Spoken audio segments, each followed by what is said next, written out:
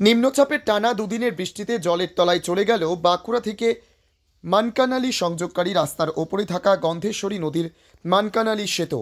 গতকাল থেকে সেতুর ওপর দিয়ে 3 থেকে 4 ফুট উচ্চতায় প্রবল বেগে জল বইতে শুরু করে। এর ফলে ওই সেতুর ওপর দিয়ে যাতায়াত বন্ধ হয়ে যায়।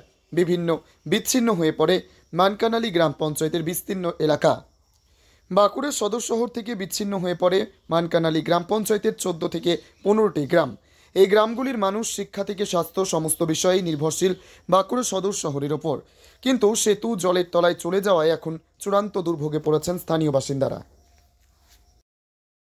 আপনার কি অবস্থায় দাঁড়িয়ে মানে ভাবছি করুন ব্রিজের উপরে প্রতি বছর এরকম নিলাম শিক্ষার্থীরা আসে দেখে এই করে দেবো কোনো বছরে করছে না। এরকম প্রতি বছর হচ্ছে, জানা বন্ধ হচ্ছে, আমাদের মানকানকে আসতে কষ্ট হচ্ছে, ডাক্তারখানাকে আসতে কষ্ট হচ্ছে, হসপিটালটাতে কষ্ট হচ্ছে, রুগী আমাদের তাল খাইয়েছে। বলুন কি করে এরকম পেরোবো? কোনোটা অবশ্যই স্টেপ নিচ্ছে না। বেশ কয়েক বছর আগে ব্রিজ যখন ভেঙে তখন তো রিপেয়ারিং হয়েছিল। রিপেয়ার নেই তো, রিপেয়ার সঙ্গে ভেঙে গেছে। ধরুন এটা গোটা মাইরে ছাড়ানো আছে, তাহলে এটা আর একটু বড় বান হলে আমাদের একদম জানা বন্ধ হয়ে যাবে। আমরা তো চাপ দিয়েছি, এত বলেছি জনগণ, আমরা আর বছরে আমাকে শিখিয়েছিলাম, বলেছিলাম, কোনো কথা সেভ নেই।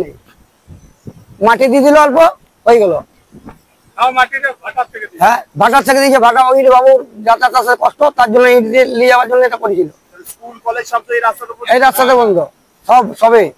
কতটা ফুল পথে যেতে হয়? ওটা অনেকটা, মোটামুটি কত রাস্তা হবে?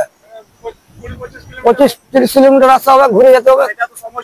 হ্যাঁ, তাও তো যেতে পারবো না। ধরুন এই রাস্তায় তো আমাদের যেতে গেলে, ঘুরে যেতে গেলে তবু যেতে পারবো না। মিনিমাম 200 মাস্টার যায়। বুঝতে পারছেন এই অবস্থা। এই যে বাঁধ এসছে, কতদিন যোগাযোগ বিচ্ছিন্ন থাকবে বলে মনে হয়? যতক্ষণ জল থাকবে। ধরুন আরো যদি জল বৃষ্টি হয়, তাহলে বান আরো বাড়লো, তাহলে আরো 2 দিন কামাই হয়ে গেল। ধরুন কেমন অসুবিধা পড়েছি।